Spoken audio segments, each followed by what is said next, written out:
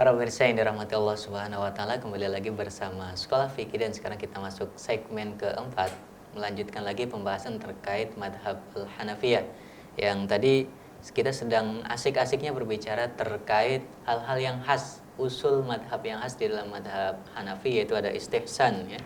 Kemudian ada luas di dalam menggunakan kias dan seterusnya. Nah, selain itu ada apa lagi ini selain yang tiga hal ini? Ya, sebenarnya masih banyak, tapi saya akan menyebutkan satu lagi namanya hilah. Hilah Apa syar'iyah. itu? Hilah syar'iyah. Jadi bukan ruqyah syar'iyah ya, dari hilah Hilah syar'iyah. syar'iyah. Jadi dalam bahasa Indonesia kita bisa terjemahkan kata hilah ini dengan trik atau muslihat atau alibi gitu kira-kira ya. Jadi ada gitu ya, ada ilmunya. Ada ilmunya ya.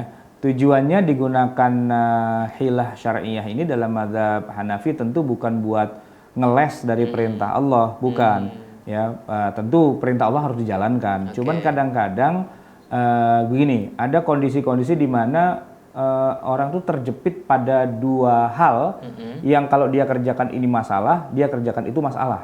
Nah, dua hal itu menjepit dia. Nah, ketika dia terjepit itu dia harus punya jalan keluar. Nah, hilah ini maksudnya jalan keluar ketika seorang tuh terjepit dengan dua dalil atau dengan dua kondisi yang membuat dia tidak bisa bergerak, artinya dia harus makan buah si malakama. Gitu ya.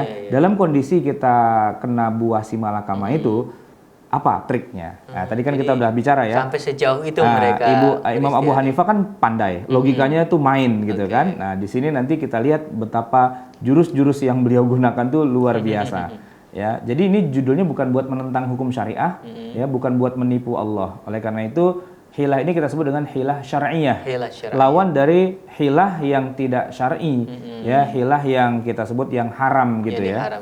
Apa contohnya? Contohnya beberapa kasus nih ya. Saya kasih contoh misalnya ada orang dalam beberapa kondisi itu entah bagaimana ceritanya dia berantem sama istrinya, dia sumpah, wallahi saya akan setubuhi kamu di siang hari bulan Ramadan gitu. Ini mengacok juga sih ya. Sumpah kok sumpah yang kayak gitu. Orang bersumpah apalagi pakai menyebut nama Allah, wallahi itu kan wajib itu. Tidak boleh dia melanggar sumpah, ya kan? Nah, tetapi isi sumpahnya ini nggak benar juga. Apa itu? Menyetubuhi istrinya di siang hari bulan Ramadan. Ini kan haram hukumnya, melanggar. Itu apa namanya? Dendanya atau kafarahnya kan apa? Membebaskan budak, ya kan, atau puasa 2 bulan berturut-turut, atau memberi makan 60 fakir miskin. Ya, itu kalau orang menyetubuhi istrinya di siang hari bulan Ramadan. Tapi dia sumpah melakukan itu. Nah, kalau dia tidak kerjakan, dia dosa juga. Karena melanggar sumpahnya. Nah, itu kan jadi dia terjepit, ya kan, buah si malakama. Nah, bagaimana hilah syar'iyah yang diberikan oleh mazhab Hanafi ini? Ada triknya biar keluar dari dua-duanya dan dia selamat. Caranya itu begini, kan para ulama sepakat bahwa kalau musafir itu boleh tidak puasa. Kan dalilnya adalah gimana? In kuntum marda aw ala safarin fa'iddatum min ayyamin ukhar. Ya kan? Di bulan Ramadan orang itu bepergian. Bepergian tuh dia boleh tidak puasa. Ketika dia tidak puasa, maka larangan menyetubuhi istri pun juga tidak berlaku kan.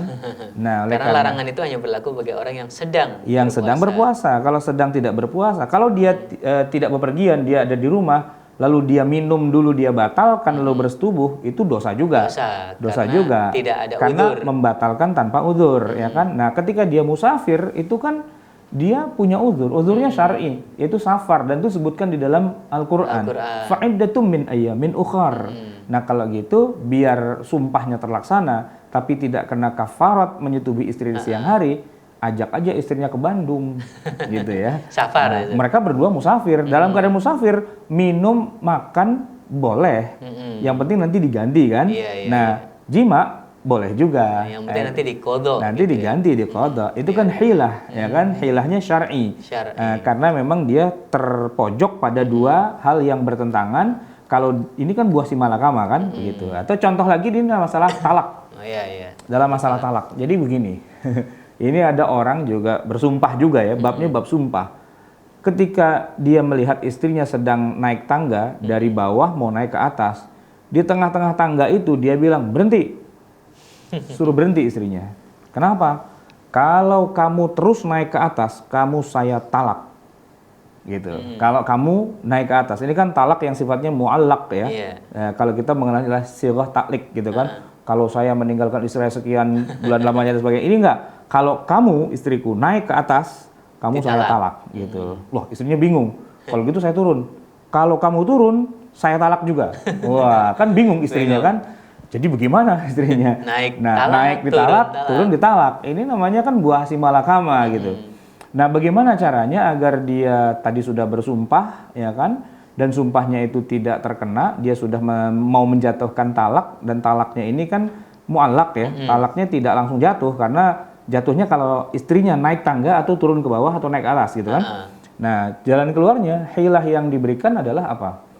Ya, istrinya tidak usah naik dan juga tidak usah turun. Tapi di tempat aja gitu, Zat. Nah, tentu tidak di situ aja. Kalau ngapain dia di tangga terus-terusan kan? Ada orang lain yang menggendong istrinya, mengangkat istrinya itu di bawah, lalu diturunkan di atas tanah. Ini nggak kena sirot ta'lik tadi itu. Karena sirotnya kan kalau kamu turun. Kamu yang turun. Nah, kalau istri yang turun, ini istrinya nggak turun, dia nangkring aja begitu, terus digendong sama orang diturunkan di atas tanah. Saya tidak turun, Mas, gitu kan. Saya diturunkan orang. Nah, kalau diturunkan itu beda, ya kan. Itu logikanya itu main banget ya kan, dapat sekali gitu, dan itu memang sesuatu yang syar'i di dalam mazhab Hanafi itu dibenarkan hal itu, hilah syar'iyah. Itu kan yang dibolehkan. Ya. Kalau yang dilarang misalnya ada nggak? Yang dilarang banyak. Rata-rata yang namanya hilah itu kan sebenarnya terlarang. Nah, pada dasarnya hilah itu kan alibi, ya alibi itu dibuat-buat. Mencari gitu. celah agar. Mencari celah. Misalnya orang Yahudi zaman dulu itu kan syariatnya itu berat ya. Kalau mereka menyembelih hewan, itu yang boleh dimakan cuma dagingnya. Kalau lemaknya itu dalam pandangan syariat yang Allah turunkan pada mereka, itu lemak itu haram. Gitu loh. Makanya diharamkan lemaknya. Nah, mereka memang nggak boleh makan lemak. Beda ya sama kita, orang Islam, umat Nabi Muhammad, nyembelih sapi itu semuanya dimakan, habis, nggak ada yang sisa gitu kan, sampai jeroannya pun kita makan juga, itu cingurnya semua kita makan. Tapi orang Yahudi itu diharamkan makan lemak. Lalu apa yang mereka lakukan hilahnya? Mereka itu memang tidak makan, tapi lemaknya itu mereka jual. Katanya dimakan nggak boleh, dijual aja. Kalau dijual boleh. Gitu kalau jual kan tidak makan, ya kan? Nah, hasil dari penjualan itu baru mereka belikan makanan yang halal buat mereka. Gitu. Tapi sebenarnya itu melahirkan laknat dari Allah. Itu yang dimaksud dengan hilah yang tidak syar'i, yang diharamkan. Seperti kita contoh di zaman sekarang. Misalnya begini, bab riba. Kan yang namanya riba itu orang pinjam uang, ya kan? Lalu kembalinya itu harus ada selisihnya. Ya kan? Misalnya pinjam berapa? 1 juta, kembalikan 1.050.000, 1.100.000. Itu kan yang 50 atau 100 ribu kan itu adalah riba, ya kan? Karena kelebihan, riba namanya riba nasa, ya kan? Nah, orang sekarang banyak yang menggunakan hilah yang tidak syar'i. Dia bilang, ini bukan bunga, ini uang terima kasih. Gitu loh. Ini uang uang administrasi, ya. Ini uang pengertian, dan sebagainya. Namanya diganti. Itu hilah yang tidak syar'i. Sama dengan orang makan babi, tapi babinya itu ya dia sebut ayam, gitu. Ini bukan babi, ini ayam, gitu kan? Walaupun tetap dia babi kan. Nah, itu hilah yang tidak syar'i. Nah, itu tetap tidak boleh. Nah, yang dilakukan di dalam mazhab Hanafi itu hilahnya syar'i. Ketika orang sudah nggak bisa berkutik dengan dua hal yang bertentangan, ke sini dia kena, ke situ dia kena, dicarikan jalan keluar, gitu. Itu terkait usul-usul atau usul fikih di dalam mazhab Hanafi yang khas gitu ya. Yang khas. Kalau fikihnya yang khas apa tuh? Nah, kalau tadi kita bicara usul, sekarang kita bicara fikih ya. Artinya hukum ya, yang khas. Yang sudah jadi produk gitu. Saya pernah pergi ke sebuah negeri yang mazhabnya itu rata-rata Hanafi. Di mana? Turki. Oh, Turki. Di Istanbul. Istanbul. Di sana tuh saya sholat di salah satu masjid, namanya Masjid Sultan Ayyub. Nah, sebenarnya sih bukan Sultan, itu Ayyub itu maksudnya Abu Ayyub Al-Ansori, sahabat Nabi ya. Yang dulu emang di zamannya itu, sampai disitulah beliau itu berjuang dan minta dikuburkan di situ. Menuju, buat jadi saksi bahwa ya Allah saksikan saya sudah membawa agamamu ini sampai sejauh ini dari Mekah dari Madinah sana sampai di titik ini. Seberangannya itu Selat Bosporus, kemudian sebelah sana itu adalah istana benteng Bizantium itu. Nah di masjid itu ya saya sholat maghrib ya, sebagai turis gitu ya, saya sholat maghrib di situ.